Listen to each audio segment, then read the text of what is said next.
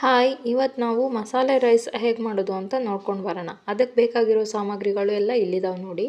ಇದು ಪಲಾವ್ ಎಲೆ, ಚಕ್ಕೆ, ಕಾಳುಮೆಣಸು, ಲವಂಗ, ಬೇಕಾಗಿರೋ ಎಲ್ಲ ಮಸಾಲೆ ಪದಾರ್ಥಗಳನ್ನು ಈ ರೀತಿ ಒಂದು ಬಾಣಲೆಗೆ ಹಾಕಿ ಡ್ರೈ ರೋಸ್ಟ್ ಮಾಡ್ಕೋಬೇಕು. ಡ್ರೈ ರೋಸ್ಟ್ ಅಂದರೆ ಸ್ವಲ್ಪ ಅದು ಬಣ್ಣ ಚೇಂಜ್ ಆಗೋ ತನಕ. ಒಂದು ಕಡೆ ಪಾತ್ರೆಯಲ್ಲಿ ನೀರಿಟ್ಟು ಅದಕ್ಕೆ ಮಸಾಲೆ ಸಾಮಾನುಗಳನ್ನೆಲ್ಲ ಕುದಿಯೋಕ್ಕಿಡಬೇಕು. ಈ ಕಡೆ ನಾವು ಈರುಳ್ಳಿ ಮತ್ತು ಹಸಿಮೆಣ್ಸಿಕಾಯಿನ ಹೆಚ್ಚಿಟ್ಕೊಂಡು ಬಿಡೋಣ. ಈರುಳ್ಳಿನ ಉದ್ದುದ್ದಾಗಿ ಸ್ಲೈಸ್ ಆಗಿ ಹೆಚ್ಚಿಟ್ಕೋಬೇಕು. ಹಸಿಮೆಣ್ಸಿಕಾಯಿನೂ ಅಷ್ಟೇ. ಮತ್ತು ಶುಂಠಿ ಬೆಳ್ಳುಳ್ಳಿ ಪೇಸ್ಟ್ ಬೇಕಿದ್ದಕ್ಕೆ. ಈಗ ಒಂದು ಪಾತ್ರೆ ಇಟ್ಟು ಅದಕ್ಕೆ ಎಣ್ಣೆ ಕಾಯಕ್ಕಿಡಿ. ಎಣ್ಣೆ ಕಾದ್ಮೇಲೆ ಅದಕ್ಕೆ ಸಾಸಿವೆ ಹಾಕಿ, ಸಾಸಿವೆ ಸಿಡಿದ್ಮೇಲೆ ಉದ್ದುದ್ದಕ್ಕೆ ಹೆಚ್ಚಿಟ್ಕೊಂಡಿರ್ತೀವಲ್ಲ ಈರುಳ್ಳಿನ ಹಾಕಿ ಚೆನ್ನಾಗಿ ಸ್ವಲ್ಪ ಬಣ್ಣ ಚೇಂಜ್ ಆಗೋ ತನಕ ಕೈ ಆಡಿಸಿ.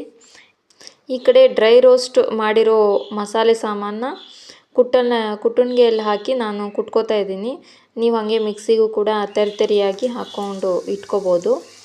ಅದೇ ಪಾತ್ರೆಗೆ ಅದನ್ನು ನಾವೇನು ಕುಟ್ಟಿರ್ತೀವಲ್ಲ ಆ ಮಸಾಲೆ ಸಾಮಾನನ್ನ ಎಲ್ಲ ಹಾಕಿ ಚೆನ್ನಾಗಿ ಬಾಡಿಸ್ಬೇಕು. ಆಮೇಲೆ ಶುಂಠಿ ಬೆಳ್ಳುಳ್ಳಿನ ನಾನು ಅದೇ ಇದರಲ್ಲಿ ಹಾಕಿ ಜಜ್ಜಿಕೊಂಡು ಶುಂಠಿ ಬೆಳ್ಳುಳ್ಳಿ ಪೇಸ್ಟ್ ಹಾಕ್ತಾಯಿದ್ದೀನಿ. ಆಮೇಲೆ ಹಸಿಮೆಣ್ಸಿಕಾಯಿ ಹಾಕಿ ತೊಳೆದಿಟ್ಕೊಂಡಿರೋ ಅಕ್ಕಿನ ಹಾಕಿ ಚೆನ್ನಾಗಿ ಕೈ ಆಡಿಸಿ.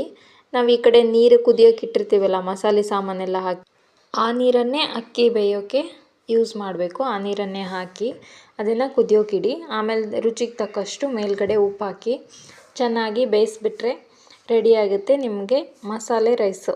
ಇದಕ್ಕೇನು ಜಾಸ್ತಿ ಸಾಮಗ್ರಿಗಳು ಬೇಡವೇ ಬೇಡ. ತರಕಾರಿ ಇಲ್ಲ ಅಂದಾಗೆ ಈ ರೀತಿ ನೀವು ರೈಸ್ನ ಮಾಡ್ಕೊಂಡು ತಿಂದರೆ ತುಂಬ ರುಚಿಯಾಗಿರುತ್ತೆ. ಸೈಡಿಗೆ ಬೇಕಂದರೆ ನೀವು ಇದಕ್ಕೆ ಕಾಯಿ ಚಟ್ನಿ ಕೂಡ ಮಾಡ್ಕೋಬೋದು, ಇಲ್ಲ ಸಾಂಬಾರು ಕೂಡ ಹಚ್ಕೊಂಡು ತಿನ್ಬೋದು, ಚೆನ್ನಾಗಿರುತ್ತೆ. ವಿಡಿಯೋ ಇಷ್ಟ ಆಗಿದ್ದರೆ ಲೈಕ್ ಮಾಡಿ, ಶೇರ್ ಮಾಡಿ, ಕಮೆಂಟ್ ಮಾಡಿ. ಮೊದಲು ಸಬ್ಸ್ಕ್ರೈಬ್ ಮಾಡಿಕೊಂಡು ವಿಡಿಯೋ ನೋಡಿ. Thank you.